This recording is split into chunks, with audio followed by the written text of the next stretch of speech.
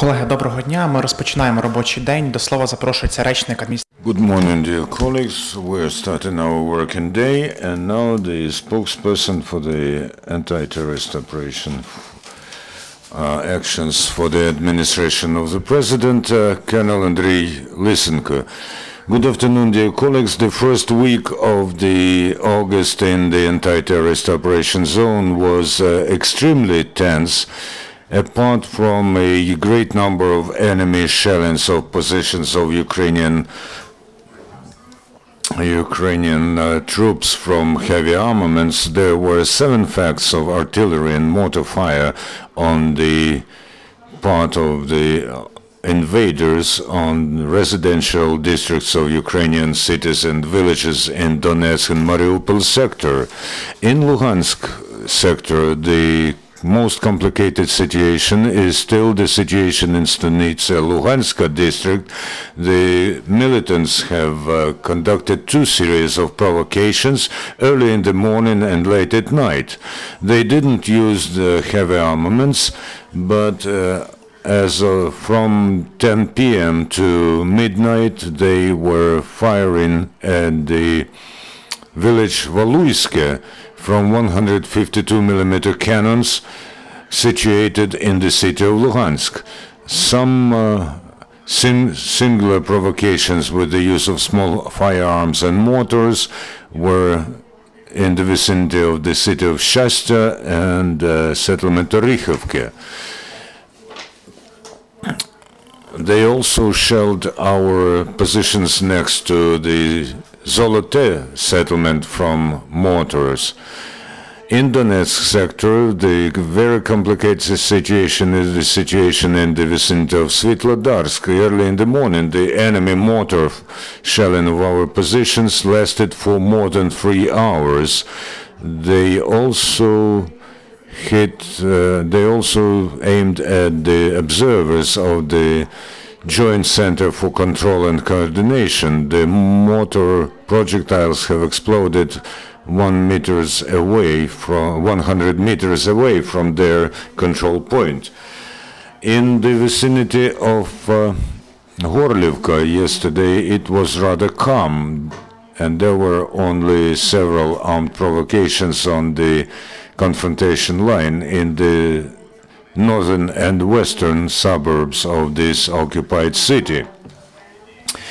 The situation in the western suburbs of Donetsk is still most complicated, and the combat with the episodic use of tanks and artillery is going on there around the clock.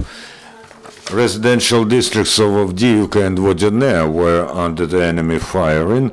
Also, we should know that the activity of militants near Marinka has somehow decreased.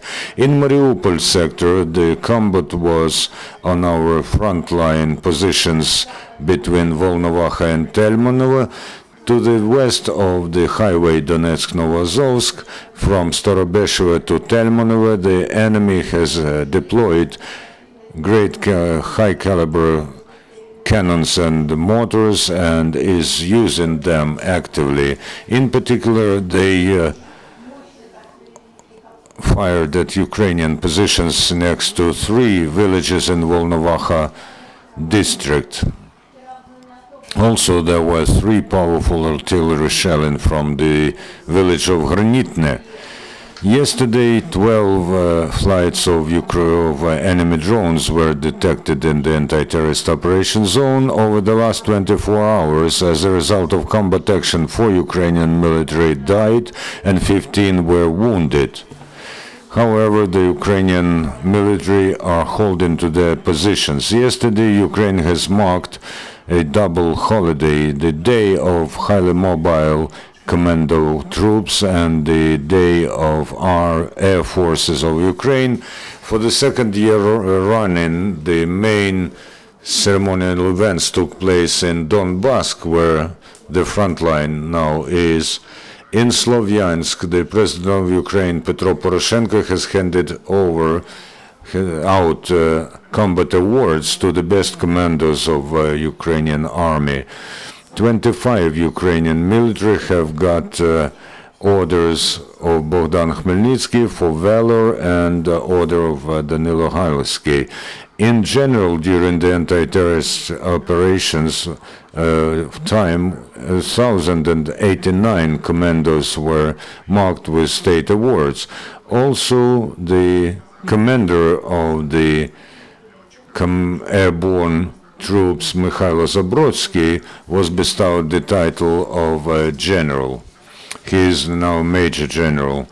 In Lviv, where the 80th Airmobile Brigade is stationed, they opened the monument to the commandos who died in the liberation war against the Russian aggression. Before the monument was opened, it was symbolically covered with a white dome of a parachute. 90 family surnames of the so-called Blue Berets are inscribed on the monument. They have laid their lives in for the sake of peaceful skies over Ukrainians.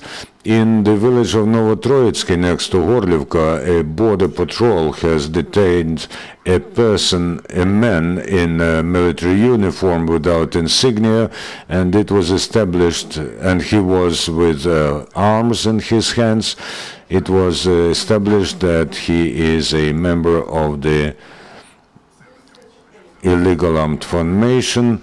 Another gunman was detained in Mayorsk. He was traveling from Gorlivka on a motorcycle without number plates, and they found a ID of